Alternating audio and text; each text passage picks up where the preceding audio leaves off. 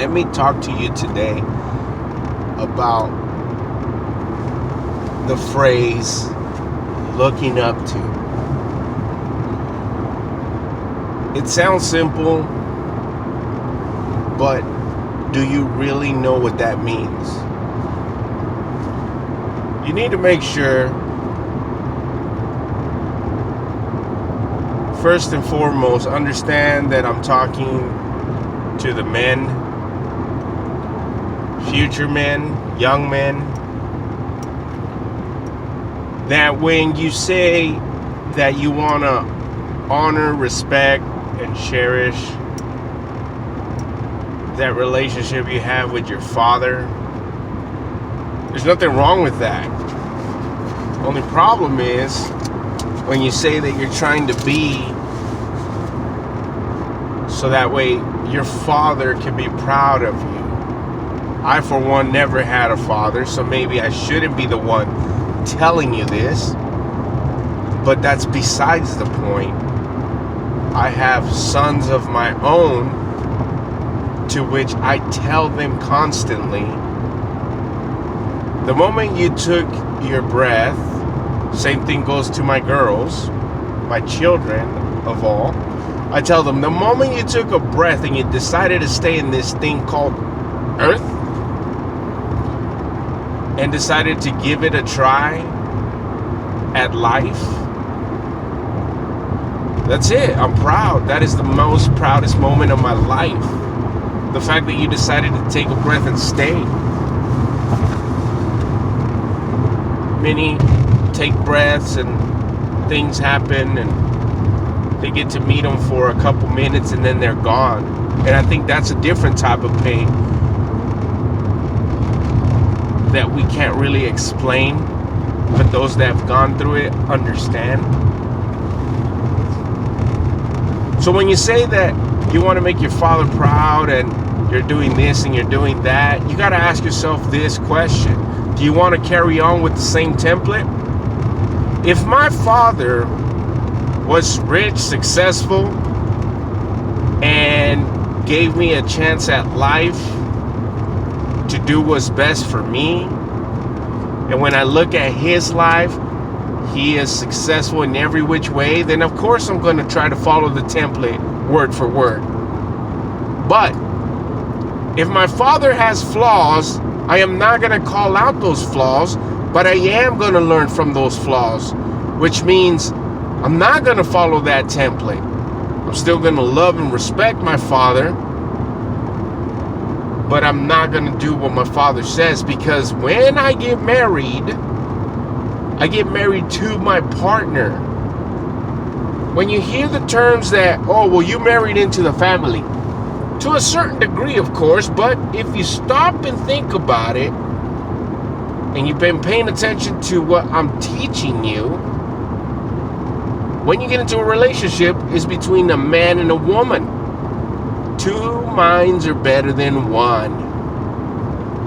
If both minds are focused on a plan in life, then I don't think anybody else should be involved.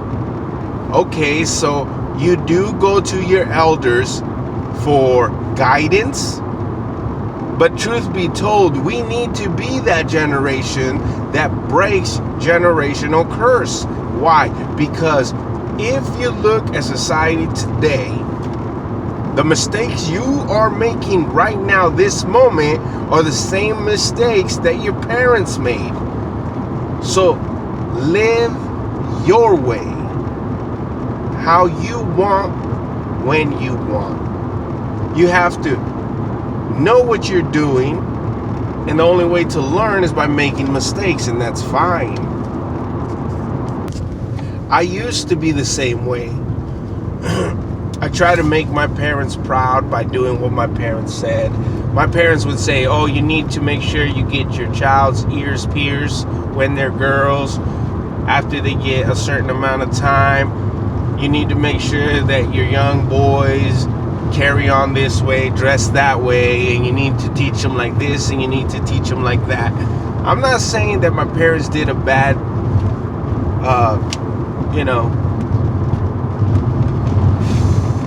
raising me and my brothers and sisters. I'm not saying that. They didn't do a bad thing raising us, but truth be told, we're not where we should be. I mean, we're not better off than they are. We still struggle the same. We carry on that 9 to 5 every day, and then you ask yourself, what's your why? So in order for you to break that generational curse, what you need to figure out is what you're really passionate about, and make sure that that passion is the one that's going to give you what you need for your life to live a good one. So you can honor your father all you want, but you don't have to do what your father says. If your father or your parents are not providing for you, then I don't see no reason why you have to do what your parents say if you're trying to live a correct way. Now, if your parents are trying to course correct you because you picked up a bad habit, or your addiction is harder than your family, then I understand, because they're trying to, get you calibrated right so you don't make the same mistakes they did. But when you're doing the little things like, oh, well, they need to have a high and tight haircut when they're boys, because if not, you're gonna be disowned from this family, because you know that the boys in this family always have to have that type of haircut. Really? Because that type of haircut made successful men, responsible men, right? Because that type of haircut never gave me an addiction. Because that type of haircut caused me to be 5 years ahead of my generation, right? You see what I'm saying? I've heard it over and over again, and these are just examples, and I'm not knocking anybody. I'm just trying to explain that you need to make sure that you're living your life the way you want to. Oh, well, everybody in this family has joined the service, so your son at the age of 18 needs to serve, because if not, you're not part of the family. You're not a man because you didn't raise a man. Really?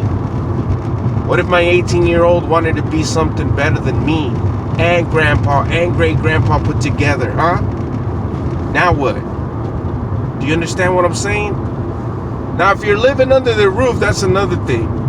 I mean, you set yourself up for that one. If they are providing for your kid, if they're giving your kid, your offspring, a house, food, and education, then I'm sorry, you can't say nothing. They need to get that haircut. They need to get whatever they need to get in order to be part of the family, or, it's something we do here, whatever it may be.